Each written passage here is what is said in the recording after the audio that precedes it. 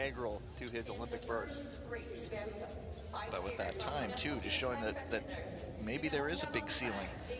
So now we're going to jump into the women's 1,000-meter repechage semifinals, and so we'll do the women's 1,000-meter semifinals, and then we'll do the men's 500-meter repechage semifinals, and then we will have our first break of the day, and then we'll get into men's 1,500-meter repechage. And if you were with us last weekend, it's the same schedule. I mean, it's pretty much always been the same schedule here. It's the qualifying days that are a wee bit different. And so, 2 heats, as always, in repechage semifinals. Only the winner shall go through, of course, pending advancements. Heat number 1, as both French roosters, or 2 of the French roosters, Aurélie Lévesque, Chloé Olivier, Olga Tikhonova of the Nomads, Elena Sereghina of the Independent Neutral Athletes, and Elisa Confortola of the Italian Gladiators.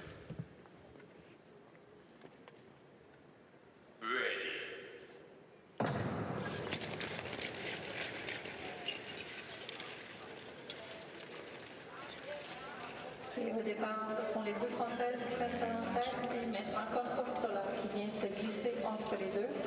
Confortola, it was the French wall at the front. Confortola slotted in. There's perhaps a Maginot Line reference in there somewhere being breached, but we're already moving on.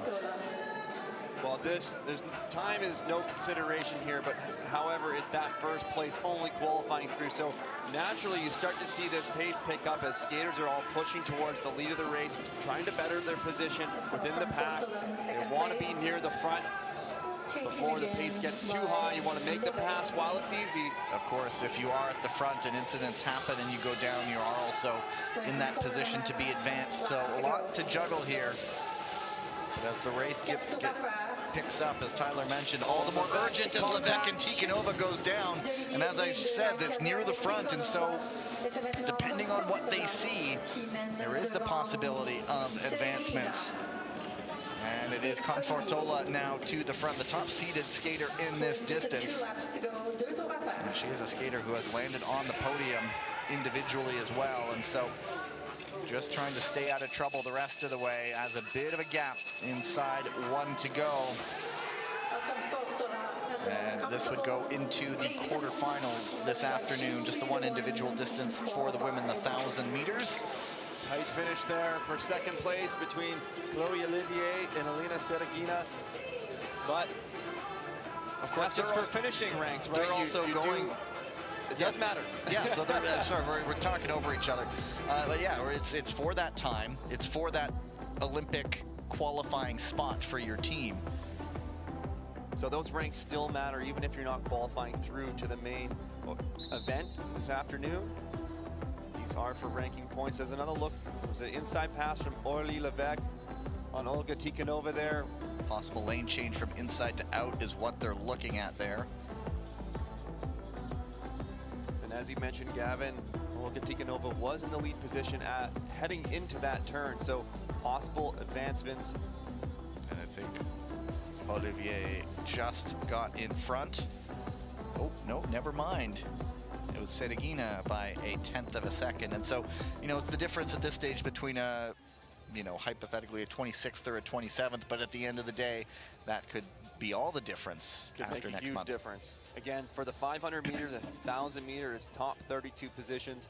1,500 meter, that's when we start to look at top 36.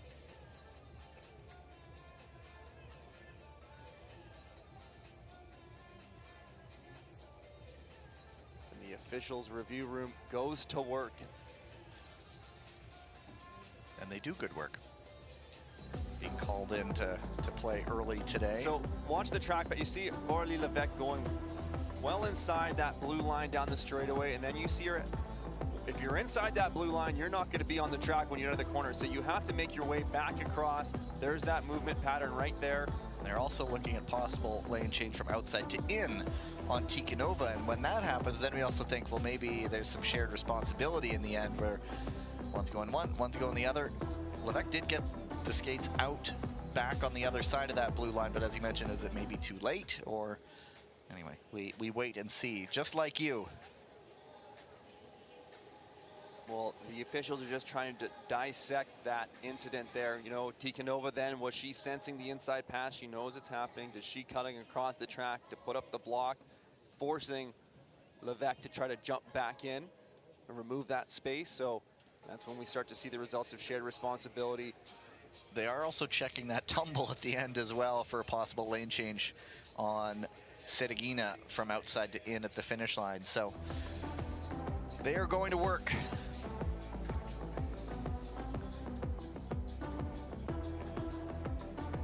Everybody else getting through there. Actually held one of those lane markers for the first time, and I don't know what I expected, but it's a rubber, isn't it? It's like a hockey puck almost. Yeah, well, we call them blocks, and I'm just the layperson. You have all the technical terms in there. A very fancy technical term of just a block. Or You're the guy who rolled out tactical laziness recently. But yeah, they're just kind of a firm rubber. And then it's kind of the blocks, they have some cuts in them so that when the skaters hit them, they kind of flex and then they'll move out of the way. At times you got to watch for them. If you have tracks where you're putting down too much water, the blocks can become frozen to the ice. So when the skaters contact them, it becomes all the more damaging to their race. There's another look at the finish. I think we're looking at an arm block. So yeah, possible lane change and a possible arm block. You can see that left arm coming out onto the leg of Chloe Olivier from Sedegina. But of course, if there's a penalty at this stage of the game, it doesn't shoot you down to the bottom. It's out of the repechage final. Yeah. So it's not a disaster for Olympic qualification aspirations. So talking about those blocks again, one fun story is when they do freeze to the ice, they're very hard to move. And I had the pleasure of actually breaking my middle finger in half on a block one time that was frozen as I skated through the turn and hit it with my hand. So not fun. I'll have a snappy comeback in a moment. Final decision, no penalty for shared responsibility between skater number 45 from France, number 42 from Kazakhstan. We got a penalty for number 88 for neutral athlete and the advancement for 38 from France.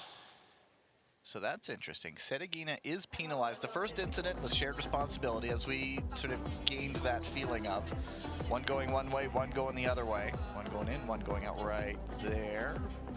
And then the other one, it's an advancement, which is interesting, from second place. But anyway, as I was saying, I'll get back, I'll just do that and then you can sort of analyze. You get a lot of wacky injuries. You wear your weird toe shoes that hurts your knee and then you break your finger on a that's just the start, Gavin. What's your official term for those? Your markers, your blocks? The blocks. There you go. So Olivier advanced